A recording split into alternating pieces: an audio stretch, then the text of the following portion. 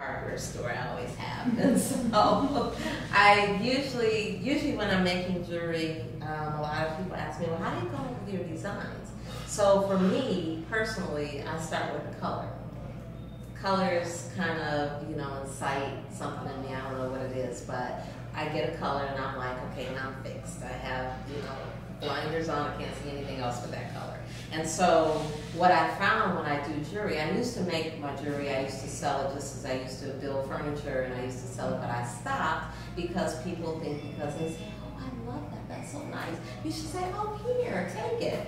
And when you really give them your price, and I give fair prices because I base it on how much I pay for my materials, they're like, oh.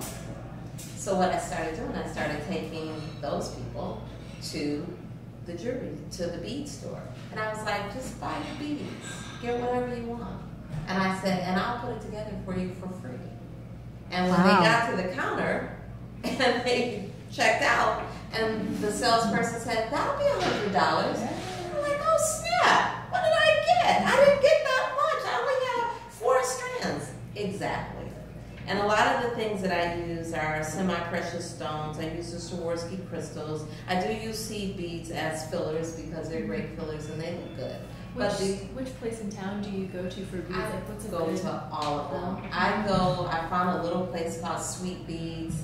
It's a little small place, but she didn't have a lot of what I needed. It was just cool, and so when I see a new bead place, I'm like, oh, Discount Beads. I've gone to that one. I've been Discount Beads is really good, and there's another place that I go to. I'm really ashamed to say I don't know the name of it. It's on Washington, right off of Buffalo. I think it's called Bead Haven, I believe. And it's a small place, but I find a lot of different things here. Their prices are pretty comparable with everybody else, but if you're gonna be serious about making beads, I would suggest to go on Amazon and order your strands off of Amazon. It's so much cheaper. The other thing I love to do, I have a fix with a hardware store. So, went to the hardware store. This is a drain for a sink. Cool. This is going to be the base of this whole necklace, okay? Oh, cool. And I found a little swivel. This is called a lobster claw. So my heavier pieces, I like to use the lobster claw. I like that it swivels because when you're moving a lot of times what happens is that even though what I use is called flex wire, and flex wire, it does flex, okay? It flexes, but it's very sturdy. It's not going to come apart. This is called a 7-strand flex, and you can feel it. It's flexible. You can work with it. And you guys can pass that around, and it's not coming apart.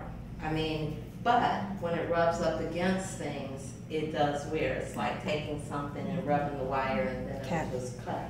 So what I'll do, and then I love chains. So chains is also the basis of this. And I can demonstrate and put part of it together for you if you guys like. Sure. Okay.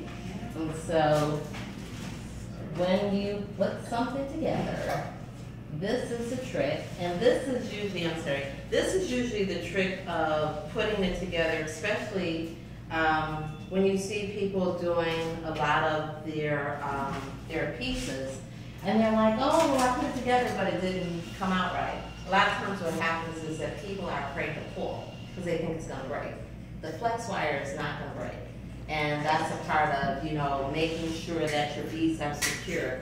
I also found at the jewelry store, I found these little clamps, which is also great when you are putting beads together, because I can't tell you how many times I've had all my beads slide right off, and I'm like, oh my gosh, and there went everything. So I pulled this all the way down, and so this is a whole strand. And I always pull down to make sure that it's really tight. And so when you do that, what you're doing is you're going to take, let me see.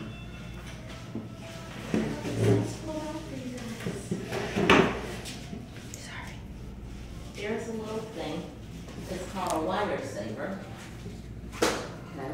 And it looks just like an open U. And so the wire saver goes You just feed it through. It's not hard to do. It's just a steady hand. But only because I'm demonstrating my hands are shaking. Right. So it feeds through.